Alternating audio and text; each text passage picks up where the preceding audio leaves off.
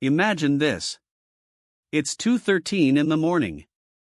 A bank in South Korea is trying to borrow dollars. A manufacturer in Brazil needs dollars to pay for imported machinery. A shipping company in Singapore needs dollars to buy fuel. An energy trader in Europe needs dollars before markets open. And somewhere in New York, nothing unusual is happening. The lights are on. The stock market is closed. Most Americans are asleep. Yet all over the world, thousands of companies, banks, and governments are desperately searching for the same thing: US dollars. Not because they want to visit America. Not because they're buying American products. But because modern global finance runs on dollars. And every few years, the world discovers something strange. There are not enough of them. Which sounds ridiculous.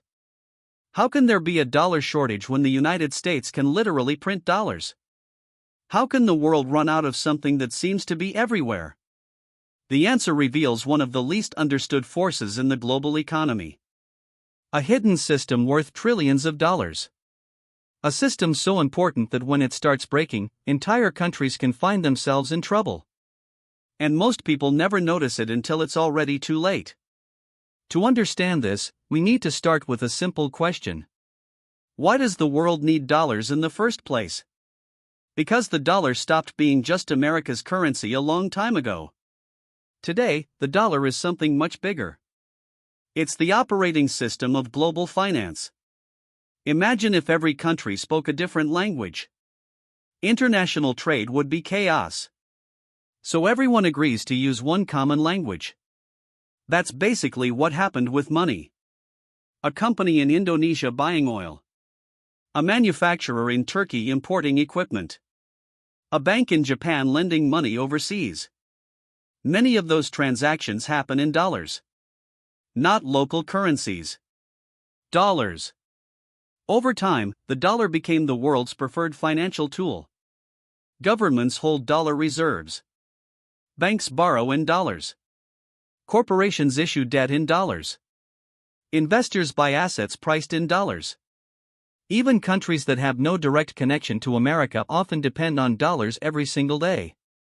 And that's where things get interesting. Because most dollars don't actually live in America. They exist outside it. In London, Singapore, Hong Kong, Dubai, Frankfurt, and countless other financial centers. This offshore dollar system has become enormous. Trillions upon trillions of dollars moving through a network most people have never heard of. Now here's the uncomfortable part. The world's need for dollars has grown much faster than the supply of easily accessible dollars. Which means that under normal conditions, everything looks fine. Then stress appears. And suddenly everyone wants dollars at the same time. Think of it like musical chairs. As long as the music is playing, nobody worries. But when the music stops, everyone realizes there aren't enough chairs. The dollar system works similarly. Most of the time, banks lend dollars to each other. Companies borrow dollars. Investors provide liquidity. Markets function smoothly. Then fear enters the room. And everyone starts grabbing for the safest asset they know. The dollar. This happened during the 2008 financial crisis. It happened during the pandemic. It happened during multiple emerging market crises. And every time, the same pattern appears. Demand for dollars explodes. Supply struggles to keep up. Suddenly institutions around the world are competing for the exact same thing. The result? The dollar becomes stronger. Which sounds backwards. You would think a crisis centered on finance would weaken confidence. Instead, money rushes toward dollars. It's one of the strangest ironies in economics. When the world gets scared, it often buys more dollars. Not fewer. Let's see how this actually works. Imagine a company in Brazil borrowed $1 billion because dollar loans were cheaper than local loans. For years everything is fine. Revenue comes in. Interest payments are manageable. life is good. Then the dollar rises. Now every payment becomes more expensive when converted into local currency. The debt didn't change. The currency did. And suddenly the company's financial position starts looking very different. Now multiply that problem across thousands of companies. Hundreds of banks. Entire governments. That's when dollar shortages start becoming dangerous. Because debt doesn't care whether conditions changed. Debt still wants to be paid. And global debt denominated in dollars is massive. Many countries owe money in a currency they cannot create. That's the key detail. The United States can create dollars. Most of the world cannot. Imagine owing rent in a currency that only your neighbor is allowed to print. That's essentially the situation many countries face. Which means when dollars become scarce, stress spreads quickly. Imports become more expensive. Debt payments become harder. Capital leaves local markets. Currencies weaken. Inflation rises. And governments start making difficult choices. Now let's talk about the mechanism almost nobody discusses. The shortage often isn't a shortage of money. It's a shortage of balance sheet capacity. That sounds technical. But it's actually simple. Banks create much of the global dollar system through lending and financial agreements. When confidence is high, banks expand. When confidence falls, banks pull back. And when enough banks pull back simultaneously, dollar liquidity shrinks. It's like discovering your city's water supply was never a giant lake. It was a network of pipes constantly moving water around. The moment those pipes slow down, shortages appear. Even if the lake still exists. That's why central banks sometimes step in. During major crises, the U.S. Federal Reserve has opened special swap lines with other central banks. These arrangements allow foreign central banks to access dollars. Because when the global dollar system freezes, the consequences don't stay overseas. They eventually come back to America too.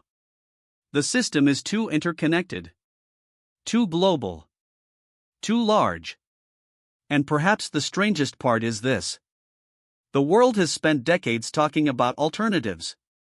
The euro. The yuan. Digital currencies. Regional payment systems. Yet when panic arrives, investors often run right back to the dollar. It's like spending years discussing new escape routes, then everyone using the same old door when the building starts shaking. That's not necessarily because the dollar is perfect. It's because trust is incredibly difficult to replace. Financial systems are built on confidence. And confidence compounds over time. The more people trust something, the more useful it becomes. The more useful it becomes, the more people trust it. Which creates a powerful cycle. Today, global trade remains heavily tied to dollars. Global debt remains heavily tied to dollars. Global finance remains heavily tied to dollars. So every few years, the world rediscovers the same uncomfortable reality. The dollar isn't just America's currency. It's everyone's problem. And everyone's safety net. At the same time, that contradiction sits at the center of modern finance. Countries want independence from the dollar. Yet many depend on it. Investors worry about dollar dominance. Yet they continue using it. Governments discuss alternatives. Yet keep holding dollar reserves. It's a system people complain about while continuing to rely on it. And that's usually a sign of something powerful. But powerful systems often contain hidden fragilities.